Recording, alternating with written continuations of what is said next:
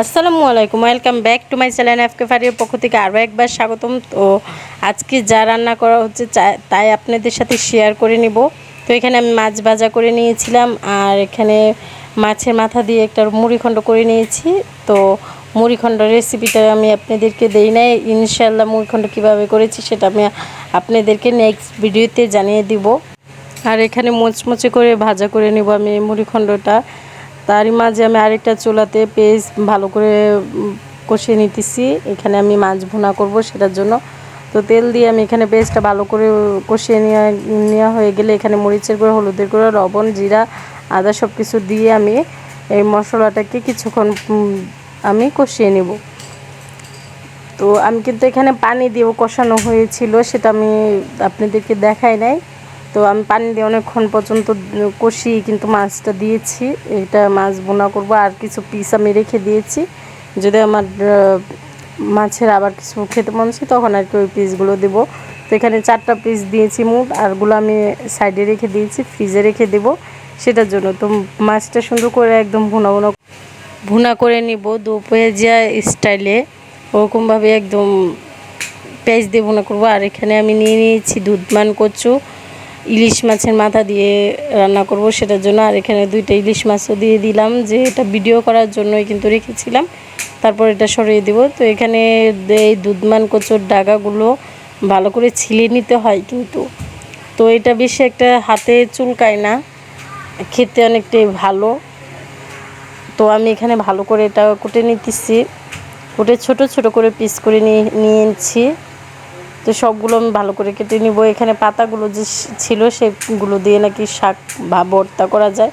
তো আমি আজকে ভর্তাটা এইভাবেই করব, আপনি একটু ভালো করে লক্ষ্য করলে বুঝতে পারবেন। তো আমি এখানে পাতাগুলো সুন্দরভাবে কেটে দিয়ে দিয়েছি, আর দিয়ে দিয়েছিলাম রসুন, 2টা কাঁচামরিচ দিয়ে ভালো করে সিদ্ধ করে নিয়েছি। সিদ্ধ করা হয়ে গেলে এটা ভালো করে একটু থেতো করে নিয়েছিলাম। থেতো করা হয়ে গেলে এটা একটা বাটিতে আমি সুন্দরভাবে রেখে দিয়েছি। তো বাটিতে ভালো করে আমি কিন্তু তুলে রেখেছিলাম, যে এটা আমি আবার বাগার দিব তার জন্য। আর এখানে যেই ডাগাগুলো ছিল সেগুলো আমি হালকা সিদ্ধ করে নিতেছি, হালকা বলতে কি পুরোপুরি সিদ্ধ করে নেব। এখানে লবণ দিয়েছি, কাঁচামরিচ থেতো করে দিয়েছিলাম, আর হালকা একটু তেঁতুল দিয়েছি, যদি ধরে যায় সেটার জন্য আমি একটু ভয় পেয়েছিলাম। আর এখানে একটা কড়াইতে আমি কিন্তু শুকনো মরিচ ভেজে নিয়েছি বেশ কিছু পরিমাণ, আর এখানে দিয়েছি রসুন আর পেঁয়াজ কুচো দিয়ে ভালো করে ভেজে নিতেছি ওই শাকটা বাগার দেওয়ার জন্য, বা শাক ভর্তাটা বাগার দেওয়ার জন্য। পেঁয়াজটা সুন্দরভাবে ব্রাউন করে ভেজে নিব। তো ভাজা যখন প্রায় ব্রাউন হয়ে যাবে এই পর্যায়ে কিন্তু আমি সেই শাকটা দিয়ে ভালো করে ভেজে নিব। আর এখানে অনেকে প্রশ্ন করতে পারেন যে এইটুকু শাকের মধ্যে কিন্তু তেলটা বেশি হয়ে গেছে।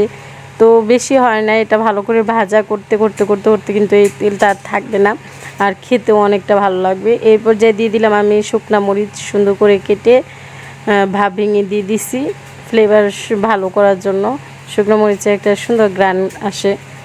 তো আমার শাকটা হয়ে গেছে, সেটা আমি একটা বাটিতে দিয়ে রেখে আপনাদেরকে দেখাচ্ছি যে কতটা সুন্দর হয়েছে।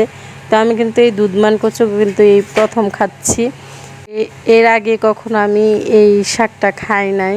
কচু শাক খেয়েছি কিন্তু এই দুধমান কচু খাই নাই। তো আরেকটা কড়াইতে আমি পর্যাপ্ত পরিমাণ তেল দিয়ে এখানে পেঁয়াজ রসুন বাটা দিয়ে দিলাম, আর দিয়ে দিলাম এখানে হলুদের গুঁড়ো শুধু দিয়েছিলাম, আর হচ্ছে জিরের গুঁড়ো, গরম মশলার গুঁড়ো দিয়ে আমি ভালো করে মশলাটাকে কষিয়ে নিয়েছি।